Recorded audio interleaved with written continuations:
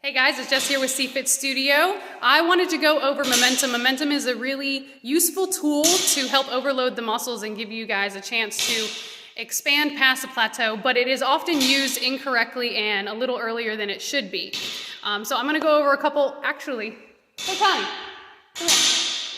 I'm gonna use Connie. Connie's gonna be my model today. So she's gonna be demonstrating the moves for me. We're gonna go over momentum, okay? Sure. Okay. Alrighty, so one of the moves that we as personal trainers tend to see all the time with momentum are bicep curls. So as you see, Connie's letting gravity just swing that weight behind her. She's curling it up to her shoulders. You might overload the muscles if you do enough reps, but really you're just kind of swinging your arms. If you want to use momentum to the maximum benefit, what you want to do is keep control over the eccentric portion of the move the entire time. So you see how Connie is now using her hips to swing her weight forward, but then she is stopping herself solid and controlling the weight down back to her hips. The entire time is controlled. Now a lot of times people do this with barbells a lot. You might even see Connie's feet. She'll rock up onto her toes. Good. So she thrusts her hips, but then if you see guys, at the very top, she is keeping control of what her spine is doing. A lot of times when people do a bicep curl with momentum, they will arch their back and they will basically look like they're getting ready to go. Connie is actually using momentum, not pretending.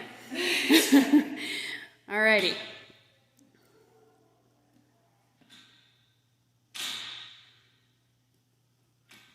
Very pretty. But you see the biggest portion that what she's doing is controlling her back. She is not arching her back.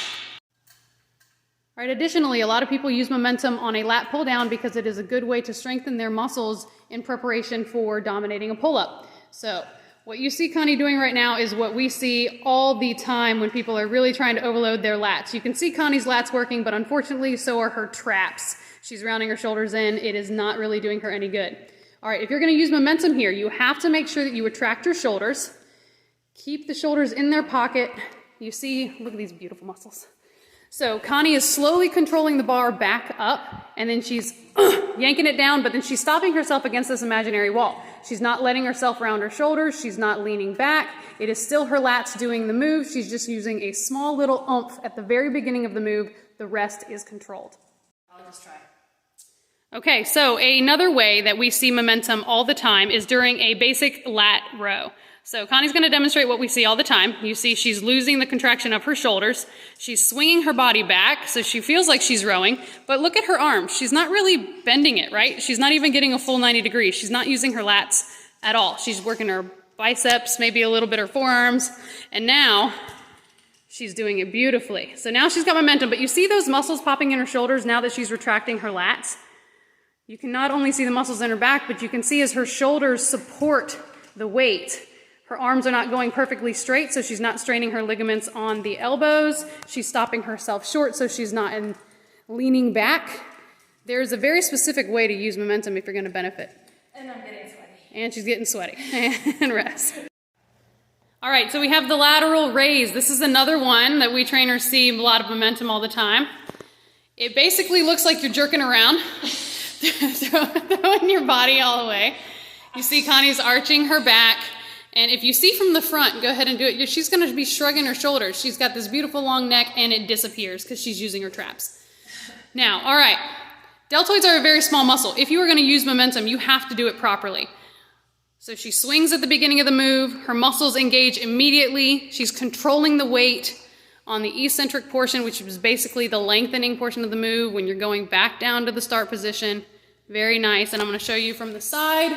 You're going to see she is not arching her back. What happens is she returns to standing, but she doesn't arch. And that's the trick. All right, we got one more to show you guys. And Connie, you can rest. Go ahead. Let us preface this with, it is very hard as trainers to demonstrate this wrong. All right, so this is our last exercise that we see all the time. Reverse fly for your rear deltoid. So Connie's sitting. She's not, okay, this is how ridiculous we think it is. We can't even keep a straight face. But you see her shrugging her shoulders. She's still trying to contract her shoulder blades, which that's a good part. She's still keeping her elbows bent. That's fine, but she can't even do it. All right, so if you're going to do a reverse fly and you're going to use momentum, again, I hope what you guys are noticing with all of these moves, momentum is starting with a little extra oomph, kind of a pull, a small yank at the beginning of the move, with controlled motion to the top of the move and even more controlled motion back to the start of the move. We never arch our back, we never lose core contraction, we don't shrug our shoulders, we're not hanging on our ligaments, we're not losing contraction. How long are you gonna talk? Yeah, just over and over, you can rest. All right, and welcome to Z-Fit Studio, guys. All right, you're gonna see some really bad reps here in a second. All right, guys. Again, this is Jess Connie at Z-Fit Studio. Momentum is a good tool to use in order to overload the muscles, but don't rely on it. We really encourage you to use strict form, good form. If you can put your ego away, use lighter weights, you can always go up later. Don't overload your muscles to the point where you create an injury for the sake of just fun and aesthetics. There is a safe, fun way to do every single workout. If you guys have any questions or need any guidance, that's what we're here for. Reach out to us. Other than that, thanks for checking in and have a great weekend. Bye.